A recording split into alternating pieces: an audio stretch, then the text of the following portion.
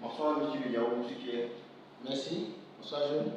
Vous êtes opérateur économique, conseiller municipal de IRE et surtout un haut cadre du parti universel ici à IRE. Merci d'avoir accepté notre invitation.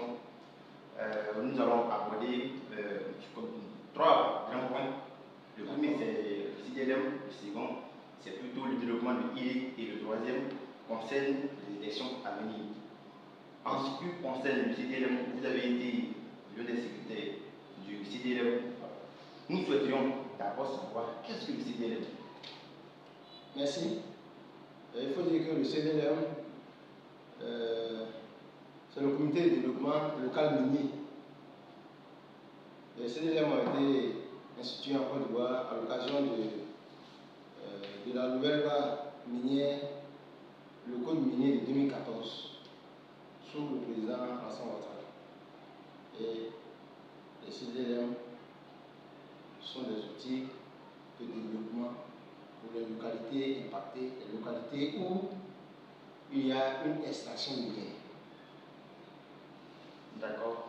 Parce que tout le monde essaie, tout le monde entend parler du CDLM, mais réellement on ne connaît pas son rôle. Quel est le rôle exact que doit jouer le CDLM ici à Guinée?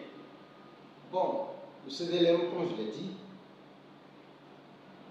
c'est un outil de développement. Le CDLM a un budget. Et le budget du CDLM est financé par les entreprises minières qui sont implantées sur le sol ici à Guinée. Il faut dire qu'avant, toutes les taxes étaient reversées à l'État de Côte d'Ivoire. Et comme je l'ai dit tantôt, à l'occasion de la nouvelle loi qui institue le CDLM, l'État a demandé qu'une partie de ces taxes soit directement reversée aux populations impactées pour enclencher, dans un premier temps, leur propre développement. Parce qu'il faut dire que c'est vous-même qui savez ce qui est important pour vous, ce qui est intéressant pour vous. Donc l'État donne une partie de ces taxes aux localités impactées pour pouvoir déjà entreprendre des activités, entreprendre des infrastructures. Et quand c'est de grande envergure et que le budget des CDM ne peut pas encore vraiment réaliser, c'est à ce moment-là que l'État intervient. Voilà.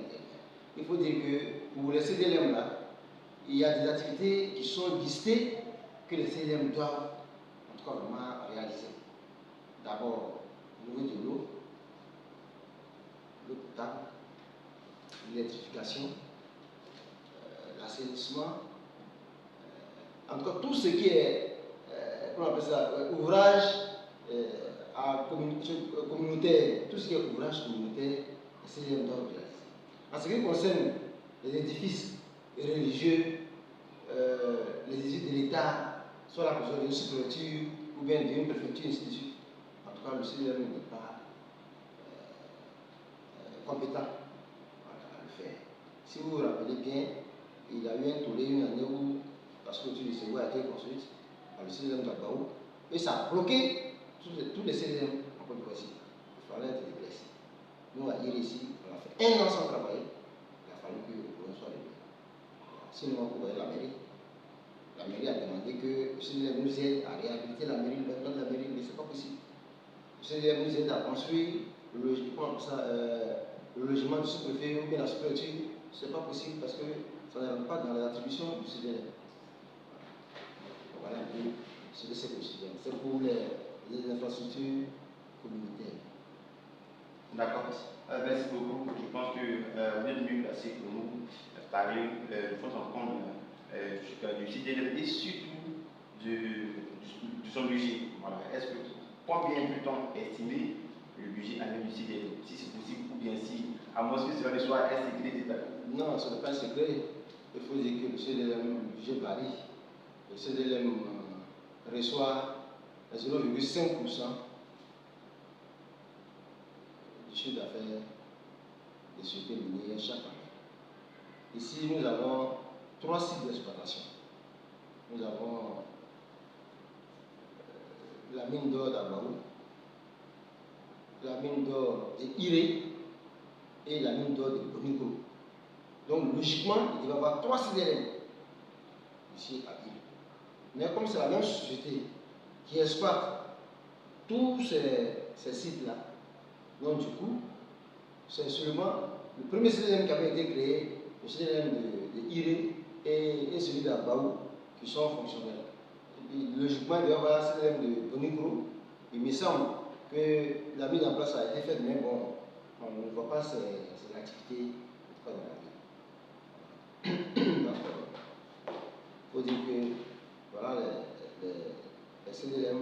Mais le budget du CDLM là, c'est les 0,5% du chiffre d'affaires de l'entreprise au cours de l'année civile. D'accord, merci beaucoup. Donc, du coup, on peut aller à 1 milliard. 1 milliard et demi, 2 milliards comme budget du CDLM dans le cours d'une année. Voilà, ça varie. Je ne sais pas combien de temps vous avez passé au CDLM, mais durant ces temps que vous y étiez, combien pourrait-on estimer ou bien combien le budget était? Bon, je ne dis pas. S'il y avait su que vous étiez venu m'interviewer, j'aurais même sorti le budget. Ben, il fait 3 ans, c'est tout. D'accord. Il fait 3 ans. Il a fait sortir le budget ces 3 années. Mais en tout cas, le budget, il est au moins 1 milliard. Au moins 1 milliard. Alors, chaque année au moins, sinon plus. Alors, dans ce cas, si il dispose de façon d'1 milliard pour ses infrastructures et surtout pour ses besoins, pourquoi est-ce qu'on ne sent pas réellement l'impact positif du CDLM ici à Iré? Bon, quand on parlait ici à Iré, nous avons 16 localités impactées par le CDLM de Bonigro, de Iré. 16 localités impactées par le CDLM de Iré et 5 localités pour le CDLM d'Abou. Et donc, en parlant de Iré, on veut parler de la ville de Iré, ou on veut parler de Iré, en tout cas de sa globalité. On parle de la sous-préfecture ainsi que la commune. Ok. Ces 16 localités-là, nous avons 6 villages, y compris 6 villages d'abord. Le 7e, c'est la commune de Iré, la ville de Iré elle-même. Et puis, le reste, ce sont les campements. Donc, vous convenez avec moi que il y a des réalisations qu'on ne peut pas faire dans des campements. Voilà. Ainsi de suite. Dans les villages et dans la ville. Donc, il faut dire que dans les villages, plus ou moins, le bilan du CDLM est mitigé. Parce que là-bas, au moins, on sent les réalisations du CDLM. Même si ça traîne, parce qu'on peut faire une réalisation en chevauchant les années pour un ouvrage qui devait se réaliser peut-être en année 1. Voilà, tu vas voir que pour que ça puisse rentrer en fonction, soit il y a 3 ans qu'on fait. Voilà, donc on marche un peu sur le projet. Ce qui fait qu'on ne sent pas trop. Si un projet est programmé pour, par exemple, 2022, le budget est disponible pour ce projet, l'appel d'offres a été fait, logiquement, jusqu'à la fin de 2022, ce projet doit être réalisé. Voilà. Mais là où le bas blesse, c'est que ce même projet de 2022 là peut s'étendre jusqu'en 2024. Et cela veut dire quoi? Non, cela est dû, en tout cas, au fonctionnement du CDLM. Au fonctionnement du CDLM. Cela est dû aux dirigeants, aux gérants du CDLM. Parce que là, on ne peut pas comprendre qu'il y ait de l'argent qui est disponible, qui est là. L'appel d'offres a été fait, l'entrepreneur a été, comment on appelle ça, l'entrepreneur a été, comment on appelle ça, trouvé. Mais en ce moment-là, il faut faire le travail. Mais pourquoi ça fait? C'est là. Et c'est là que nous interpellons la population de Guinée. Parce que ça, ce n'est pas le travail d'un individu. Il faut que la population de Iré s'interroge. De la manière que vous êtes venu aujourd'hui me demander, me poser des questions, je souhaiterais que, en tout cas, vraiment, prenez votre courage. Et puis vous lancez un thème. Voilà. Les radios de proximité, aujourd'hui les réseaux sociaux partout. Vous lancez un thème. Et vous invitez toute la population, soit à la mairie, dans une grande salle, vous posez la question. Voilà. Maintenant, vous invitez aussi les gérants de ces CDLM-là. Bon, s'ils ne peuvent pas venir, mais si la population vient, ce que je suis en train de dire là, quelqu'un d'autre peut encore dire ça mieux que moi, et ainsi de suite. La population sera située. À quel niveau se trouve le problème? Parce qu'on ne peut pas comprendre qu'il y ait de l'argent, et puis ça ne peut pas. Ouais. Quand on prend par exemple les jeunes, les 3 ans que j'ai passé là-bas, chaque année, il y a au moins 300 millions pour les AG, activités génératives de revenus pour les jeunes et pour les femmes. Au moins 300 millions. On fait l'année 1, 300 millions. Rien ne bouge dessus. On ne finance aucun projet de jeunes. Année 2, on augmente même le budget à 400 millions pour les AG. On ne prend rien dessus pour financer les jeunes. Année 3, c'est les jeunes qui ne sont pas dynamiques. Ou bien c'est quoi? Ils sont agents alors? Non, ça suffit là. Ça suffit le compte. C'est pas, ils ne pensent pas ça, parce que quand tu vas faire l'audit, tu vas voir que l'argent est là. Mais quand ça est sur le compte du CDM, est-ce que quel genre de compte que le CDM a pu faire auprès des sociétés bancaires? Parce que ça devait réaliser des bénéfices, des intérêts. Quand je prends un CA par exemple, c'est 3,5%. Donc si tu as 1 milliard, il faut te dire que c'est 35 millions. 35 millions que ça produit dans l'année. Mais 35 millions, ça va. Ça ne va pas laisser sur le compte. C'est seulement que 1 milliard, comment tu vois dessus. Donc voilà, vous avez la population, comment on se demande. Sinon, le CDM travaille. Le CDM travaille.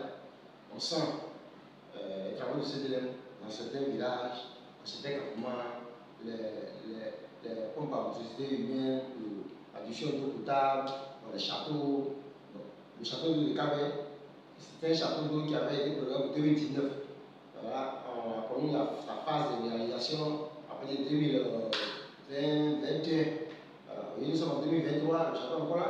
Le château est encore là. On ne sait même pas combien de canalisations, tout le réseau, rien n'a encore été fait.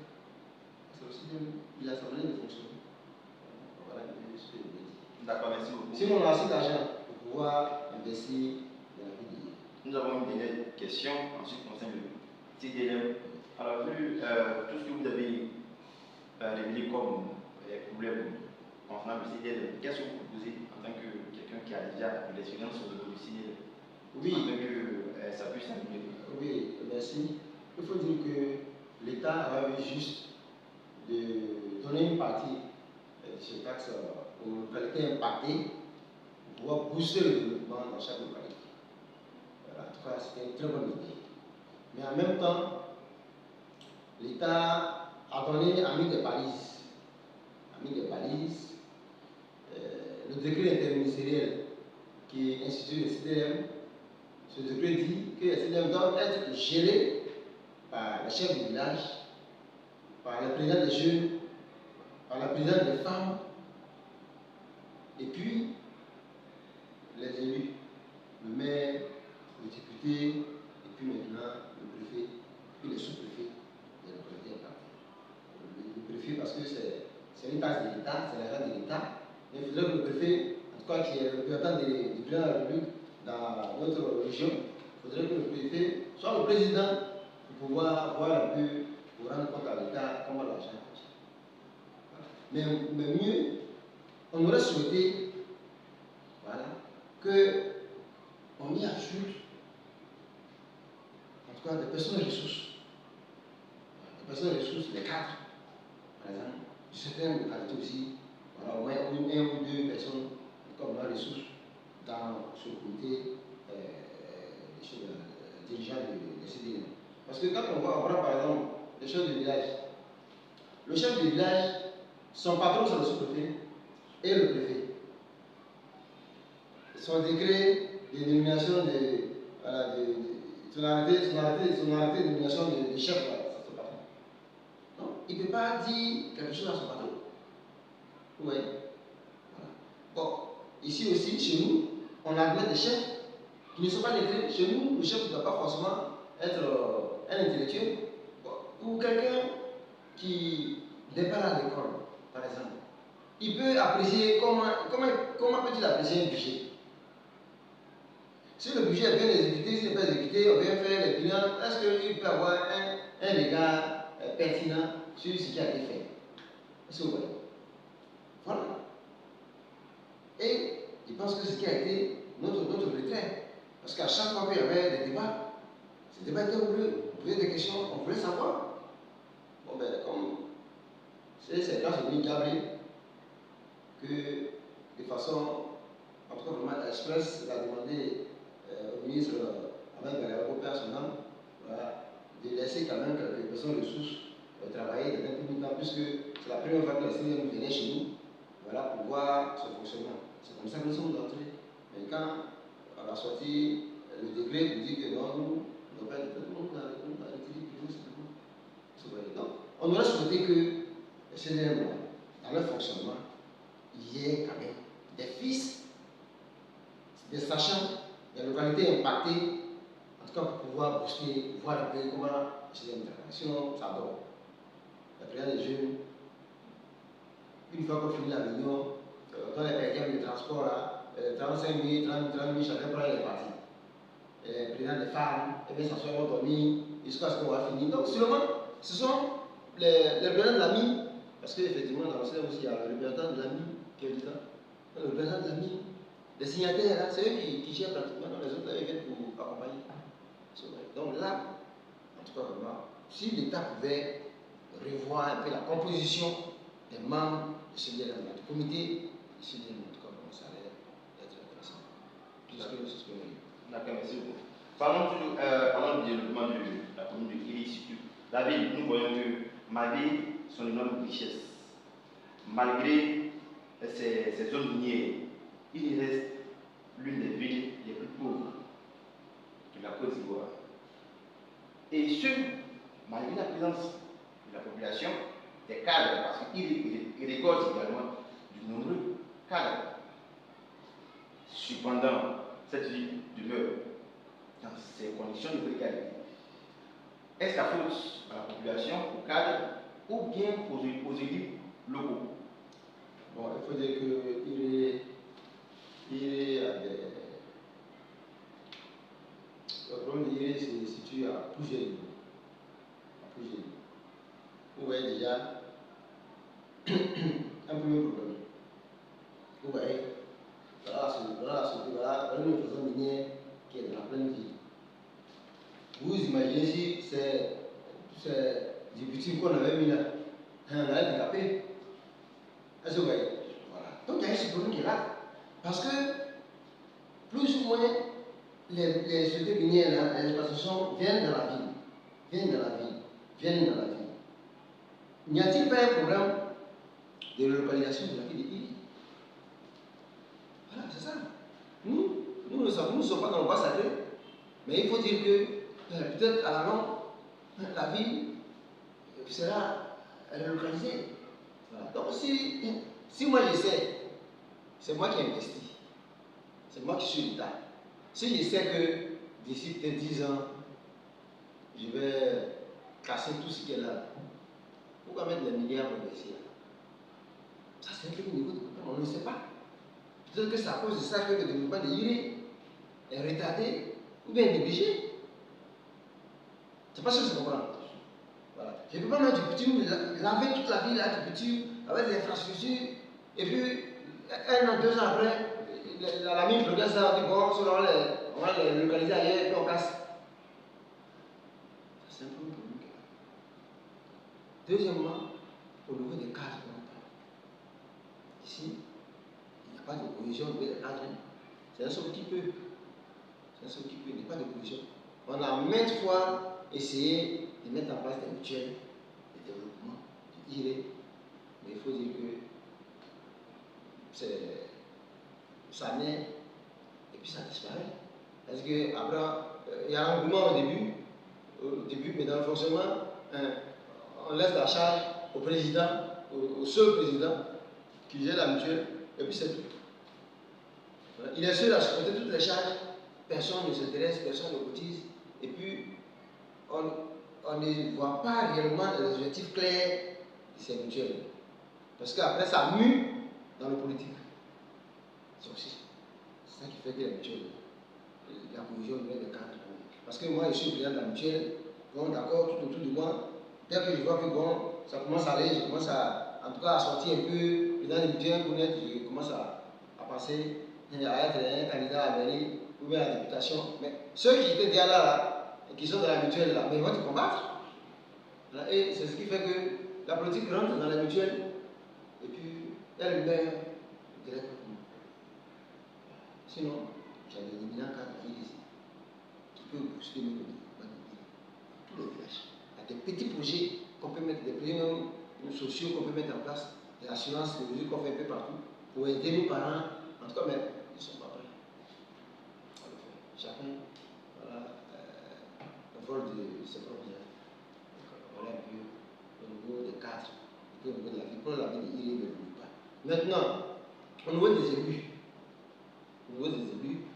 il faut dire que quand je prends par exemple le cas de la mairie, les sociétés minières n'apportent aucun centime au budget de la mairie. Ouais. C'est les aubergines, les beignets qui ne vont pas vendre sur le marché là. Normalement, on aurait demandé aux sociétés minières quand même d'influencer un peu le budget dans le chaque année avec un montant, un certain montant. Quand il prend la ville de Tabo, le parents de Tabo participe au budget de la mer. Quand je prends la ville de Grand Lago, les sociétés de coco participent au budget de la ville de Grand Lago. Chaque ville, ainsi de suite. Chez nous ici, je suis bien passé. Quand on a budget à part avec les CDM. Voilà. Donc, normalement, c'est genre une petite concurrence. Parce que quand le CDM réalise, le CDM met son effigie pour dire que c'est le CDM qui a réalisé. Ça, vous voyez. Du coup, le maire ne peut plus faire cette même réalisation. Si on avait besoin d'une école de 3 classes dans une localité et que le CDM a réalisé ce projet, la mairie ne peut plus aller réaliser encore la même école de 3 classes. Donc, du coup, côté infrastructure, là, à Yiri, là, devait être réservé comme CDM. Maintenant, la mairie devait là s'occuper de sa population. Voilà, c'est-à-dire assainir la ville, le réseau électrique, et puis l'ouverture des voies. Parce que vous voyez, maintenant initier des projets jeunes, des projets de femmes, l'autonomisation des femmes, en tout cas pour que la population soit à l'aise dans ce qui est réalisé par le Sénat. On met un bloc opératoire à Yiri, mais si moi je n'ai pas de l'argent pour pouvoir opérer mon parent, c'est comme si le bloc opératoire n'existe pas pour moi à Yiri. Voilà, donc il faudrait que normalement la population de Yiri devait être riche. C'est cette partie-là qu'on n'arrive pas d'abord à réaliser. D'accord, merci beaucoup. Alors, vous avez cité quelques problèmes concernant le développement de l'île et surtout, alors, nous avons une autre question sur ce même sujet. Ne pensons pas que l'État est égoïste face à ce problème, puisqu'il produit assez de richesses et riches de la cassure. Concernant, vous avez parlé du but, concernant le budget, est-ce pourtant, quand vous dites qu'il se pourrait, par exemple, nous voyons, nous constatons qu'il y a une progression de la mine, soit au centre de la ville. Et du coup, on a l'impression que rien n'est fait. La ville est sacrifiée en griffe. Donc, du coup, ça nous ramène aux raisons pour lesquelles le bitume n'arrive pas ici, certainement. Non, non. Je pense que j'ai dit que ça peut être une raison, parce que vous avez parlé de développement de l'île. J'ai dit, mais les mines sont à nos portes. Et d'année en année, on délocalise la population qui est là-bas ailleurs. Bon. Moi qui dois réaliser l'infrastructure, si j'essaie que peut-être l'année prochaine, ou dans 2 ans, on va décaper ce lieu-là, cet endroit-là, pourquoi est-ce que moi je vais gaspiller de l'argent? C'est ce que j'ai dit. Donc ce sont des explications, ce sont des. Voilà, on essaie de réfléchir pourquoi le développement de l'île, le tas. Voilà. Maintenant, pour le bitume, ce n'est pas ça, puisque l'État a déjà en tout cas donné son feu vert pour que d'abord le bitume passe pour aller à Oumé, mais en même temps, dans le plan national de développement, le PND, il faut dire que l'État a ses règles. Pour une localité qui est un département, quand le bitume traverse ce département-là, l'État a droit au moins 5,5 km au département. Dans la ville, dans le chef-lieu du département, pour le bitumage de certaines artères, ainsi de suite. Pour les sous-préfectures, c'est 3,5 km. Ça, il faut que ce soit bien clair. Pour les sous-préfectures, c'est 3,5 km et c'est valable pour toute la route. Donc, pour nous, à Iré, on a 3,5 km de bitume qu'on va recevoir dans la ville d'Iré. Voilà. Et donc, c'est au maire, au conseil municipal, de voir maintenant les artères de la ville, en tout cas vraiment, pour orienter la société qui va entreprendre ces travaux-là, là où on a mis le bitume. Sinon, pour Iré là, le contrat est déjà signé. Voilà. Hier, on était au conseil municipal, le maire, la question avait été posée et le maire a été un peu plus clair là-dessus. Le contrat est signé, en tout cas, le bitume de la ville d'Iré sera réalisé. On ne va pas dire que comme on va casser des lois dans 10 ans, on ne va pas faire non, ça sera fait. D'accord, merci beaucoup, monsieur. Alors, on va aborder maintenant le dernier point qui concerne les élections à venir. Il faut dire que le 2 septembre 2023, les élections municipales auront lieu partout en Côte d'Ivoire. Et nous avons plusieurs candidats ici à Iré, notamment le maire sortant qui est le candidat RFDP, un candidat de votre parti. Avant même de donner votre impression, nous voudrions vous arracher quelques mots sur son bilan, sur le bilan du maire. D'accord. Il faut dire que, effectivement, le maire sortant avait été élu, mais sous la bannière du PDC. Moi-même qui vous parle, j'étais le candidat de RHDP.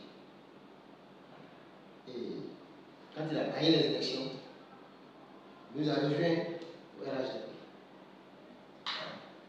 C'est que nous avons d'ailleurs applaudi les 2 mai.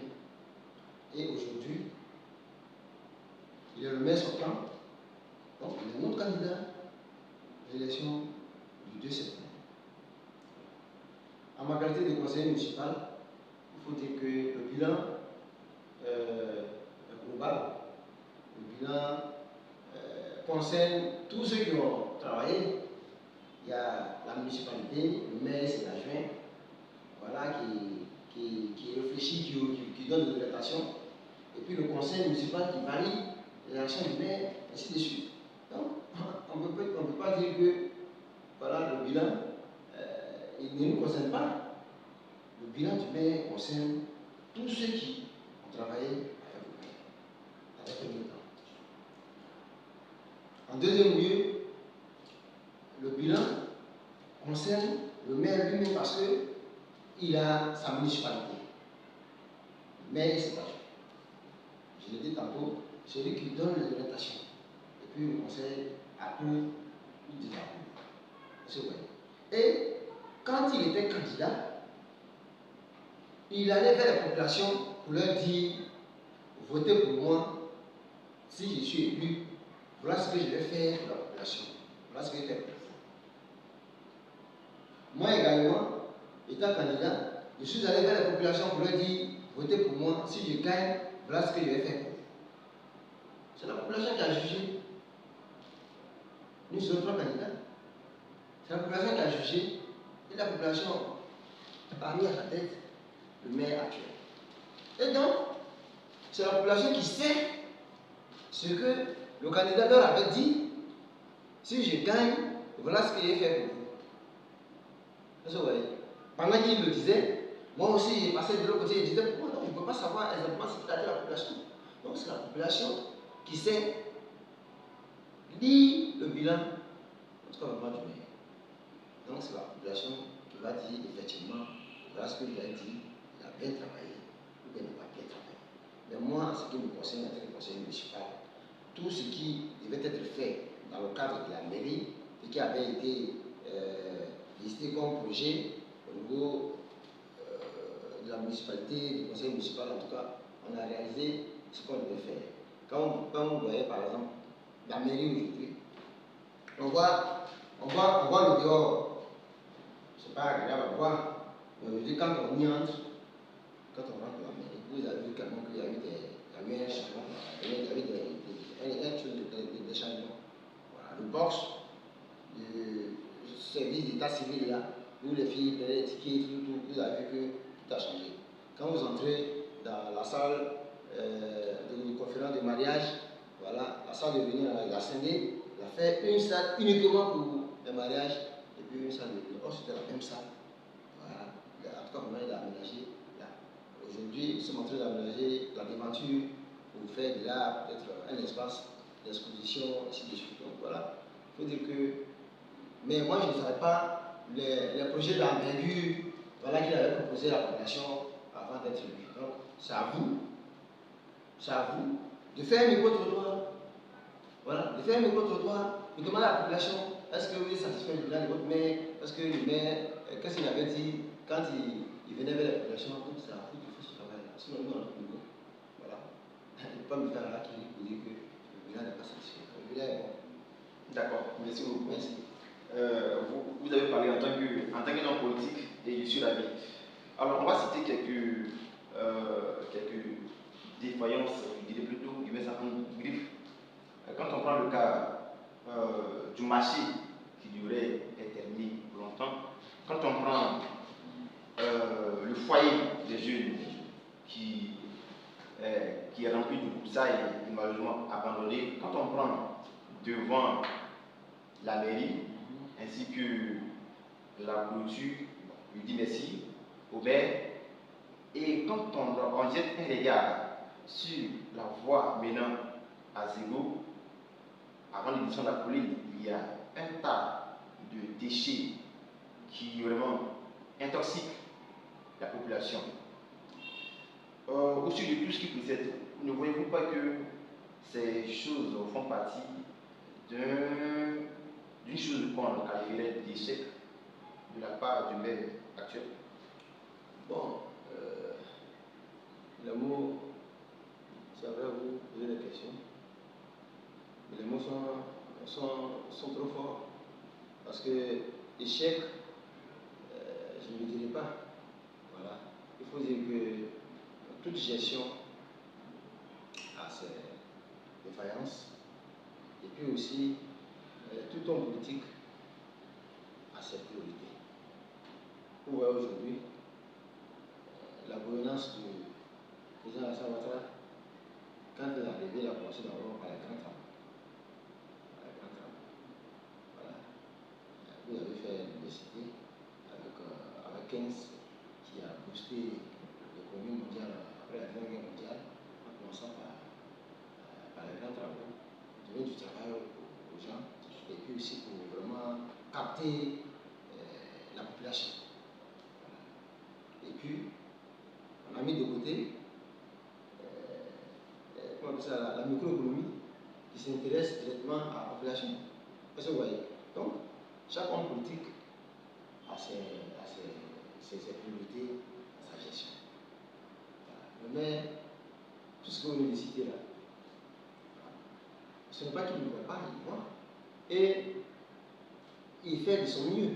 Parce que je cite un peu le feu père, son nom, le maire Amani Hubert, il me disait comme ça que moi, en tout cas, si j'ai les moyens de travailler, c'est le maire, le premier, si j'ai les moyens de travailler dans la ville de Iré, je préfère construire des écoles pour pouvoir permettre aux enfants d'aller à l'école que d'aller reprofiler des voiles, aller tracer des routes. Parce que 6 mois après, quand la saison des pluies arrive, c'est comme si on n'avait fait. C'est comme si l'argent avait été jeté. La même voie dont vous parlez, le CDLM a réhabilité cette voie-là, a fait un reprofilaire sur cette voie-là. Mais ça n'a pas fait 2 ans, ça n'a pas fait. Ouais. Bon, ça vous dit quoi? Ça vous dit qu'il n'y a plus de politique. Ce n'est pas que ça ne se fait pas, mais peut-être comme cette voie a été choisie par le conseil municipal dans le cadre du bitumage de la ville de Iré, on espère que quand ce projet va prendre forme, cette voie-là sera bitumée et on dira au revoir à tous ces immondices, à tous ces ordures qui jonchent le long de cette voie-là. Parce que vous voyez à gauche, si on veut pousser les immondices voilà, à droite par exemple, c'est un ancien cimetière.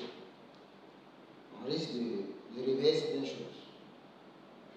À gauche, c'est un grand bas-fond qui est là. Donc, c'est un peu difficile. Peut-être qu'on doit venir enlever ces ordures-là pour aller les déverser ailleurs. C'est ce qui ne se fait pas. Sinon, à plusieurs reprises, quand même, j'ai essayé de dégager la voie. Comme je l'ai dit, le bitume va régler tout ça. D'accord. Merci beaucoup. Les élections, c'est bientôt et il y a en tout cas des actions à tous les niveaux, ainsi que dans tous les partis politiques. Êtes-vous sûr de gagner? Je pensais que tu allais me demander si je suis partant d'abord. Oui, justement, mais étant donné que dans votre discours, vous avez dit que le maire sortant est votre candidat. Tu retiens bien ta leçon. D'accord. Effectivement, on ne veut pas en guerre en victime résignée. Il faut dire que le RHDP a toutes les chances de gagner cette élection. Quelle que soit la combinaison qui vont se faire, le RHDP va favoriser à ces élections. Donc, c'est un défi déjà que je lance à nos adversaires, voilà, pour qu'ils s'arment de courage ou bien pour qu'ils revoient leur stratégie. Sinon, le HDP va favoriser. Et je sais de quoi je parle. Voilà. C'est de quoi je parle. Parce que c'est vrai, on nous parle d'une alliance PPACI, PDCI, par-ci, par-là, les indépendants. Parce qu'il y a aussi des indépendants qu'il ne faut pas négliger. Les indépendants qui sont là, qui sont des troupes faites, qui peuvent venir mélanger voilà, tout ce que vous pensez. Les indépendants qui peuvent venir réduire même les voix. Voilà, de part et d'autre. Voilà. Mais je dirais que quand même c'est une élection. Elle n'est jamais gagnée d'avance. Et que on va être. On va faire la fine bouche pour dire qu'on gagne. On gagne, non. Il faudrait que nous aussi, on essaie de voir comment aborder ces élections. Parce que c'est la même population. Hier, on a abordé, nous avons eu un choix, c'est la même population. Quand on va aller vers elle, voilà, donc c'est elle qui apprécie. Voilà, c'est la population qui apprécie. Mais je pense que quand même, ça peut être. Bon, on ne peut pas dire qu'ils sont de battre à main. Il faut laisser la population juger. Voilà, des arguments qu'on va avancer pour aller vers elle. Je pense que Iré, va sortir grandi de cette élection-là. Parce que celui qui aura gagné, en tout cas, va nous montrer aussi sa manière de faire. Voilà, sa manière de faire. Le maire sortant a commencé certains travaux. S'il est réélu, il va continuer ces travaux-là. Voilà. S'il n'est pas réélu, celui qui va venir, il va apprécier. Voilà. On dit le pouvoir, c'est la continuité. Voilà, mais la continuité là, ça dépend. Hein. Ça dépend. Celui qui vient, s'il trouve pertinent ce qui avait été engagé, il continue. Mais s'il voit qu'il avait un esprit critique sur ces projets-là, il va les annuler plus simplement. Parce que ça ne va pas dans son cadre. Donc, l'administration là, la continuité n'est pas automatique. Elle est réfléchie. Voilà, donc c'est ce que je voulais dire. Bien sûr, on demande à toute la population de Iré vraiment de nous permettre de faire des élections apaisées. Parce que c'est vrai, pendant les élections, il y a des échappages, il y a des vérités, voilà, il y a des rumeurs, voilà, des tricheries par-ci, par-là. Mais c'est pas facile. Voilà, il faudrait que Iré soit préservé vraiment des trous, voilà, de la violence, que ces élections se passent bien. Celui qui aura gagné, aura gagné. Voilà, c'est ce que je voulais vous dire. Merci. D'accord, merci beaucoup. Bon, vous avez répondu à ma dernière question, mais j'ai eu une dernière, il est plutôt derrière. Vous avez mentionné mon favori en disant que elle n'est pas favori dans ces élections. Pourriez-nous dire plus pourquoi vous favorisez? Pourquoi est-ce que vous basez sur quelle preuve? Non, je vous ai déjà dit justement que je parle à conséquence de cause et je sais de quoi je parle. Que logiquement, le RADP sortira vainqueur de cette élection. Quitte, je dis que c'est un défi que je lance, quitte à ceux d'en face de donner pour le contraire. Ou bien, voilà, sinon, quand l'aveugle te dit qu'il va te lapider, c'est que son pied sur ta main. Alors, nous, on sait, voilà, ce qui nous fait dire que vraiment, nous sommes favoris de cette élection. Quelle que soit toutes les combinaisons qui vont se faire. J'ai bien dit quelle que soit toutes les combinaisons qui vont se faire. Et si jamais vous êtes élu, quel est le premier projet à réaliser? Voilà. Maintenant, quand la liste RADP a passé, il faut maintenant procéder à la mise en place de la municipalité. Voilà, qui est le maire et ses adjoints. Parce que je l'ai dit tantôt, c'est ceux-là qui donnent l'orientation. Et le reste du conseil vient approuver ou bien dégager. Donc c'est là. Voilà. Si nous avons la chance, si le candidat du RHDP qui aura gagné nous fait confiance pour nous mettre dans la municipalité, en ce moment-là, on aura notre mot à dire au niveau du développement de l'île, au niveau des projets qui vont se réaliser. Parce que nous avions une vision, voilà, quand on était candidat. Voilà. Et donc, quand nous allons venir, c'est là que nous allons apporter notre plus, voilà, à ce qui est déjà fait et à ce qui sera fait. Voilà. Parce que nous voyons, nous savons aussi où il faut toucher pour pouvoir intéresser la population. Et c'est de ça qu'il s'agit. Quand vous êtes là, et que la population ne se sent pas en vous, malgré tout ce que vous allez faire, si la population ne se sent pas en vous, c'est comme si vous ne l'écoutez. Celui qui vient de l'extérieur, quand tu regardes, ah ben, mais en tout cas ça travaille. Si dans un camion, ceux qui sont à côté vont dire, mais malgré tout ce que vous voyez là, chez nous il n'y a pas tout ça. Ils vont dire que mais tout ça là. Parce qu'ils ont des priorités sur lesquelles je souhaiterais que l'élu agisse. C'est tout. Sinon, tout ce qui est fait là, c'est fait pour dire. Les villages, la jeunesse. Vous voyez, à Iré, on avait une équipe de football. On avait une équipe de football Qui n'existe plus. Qui n'existe plus. Voilà. Qui n'existe plus. D'abord, pourquoi ça n'existe plus? Celui qui, en tout cas, vraiment était, comment je peux le dire, l'initiateur, quand la crise est intervenue, il est parti avec l'équipe ailleurs. Est-ce que vous voyez? Sinon, s'il avait laissé l'équipe sur place, c'est-à-dire que ceux qui étaient là, ses collaborateurs qui étaient là, ils allaient quand même, voilà, gérer, puis on allait voir ce que ça allait donner. Mais il est parti avec l'équipe. Voilà. Il faut reprendre à zéro. Le maire qui est là, c'est un agent des joueurs. Donc, il est diminué. Il est diminué. Logiquement, il aurait dû, en tout cas, on va mettre en place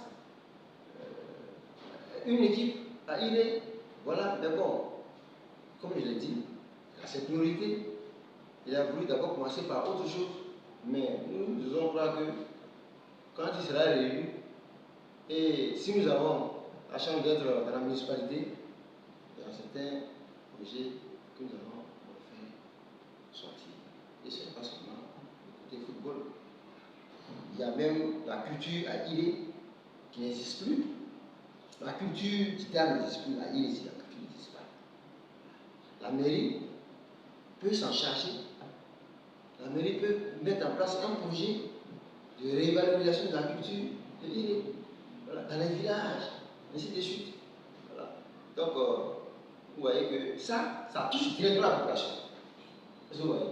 Quand vous allez voir qu'on a un festival qui est bien profilé, qui est financé, et qui se déroule de village en village, chaque année, à tour de rôle, et que quand ce festival-là va dans un village, il y a des retombées. Nous, on avait fait un projet en ce sens. Et à ce moment, on a un Ayora.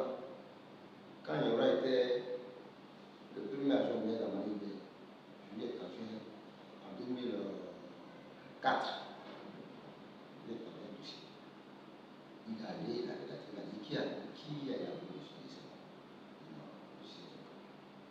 J'ai perdu à l'éducateur là, j'ai trouvé ça. Je lui ai demandé un jour une copie, il m'a dit ça, bien, une copie, il est. Donc, voilà. On avait pris ce sens-là. Quand vous passez, il faudrait qu'il y ait un impact. Soit on construit une école, on réhabilite quelque chose.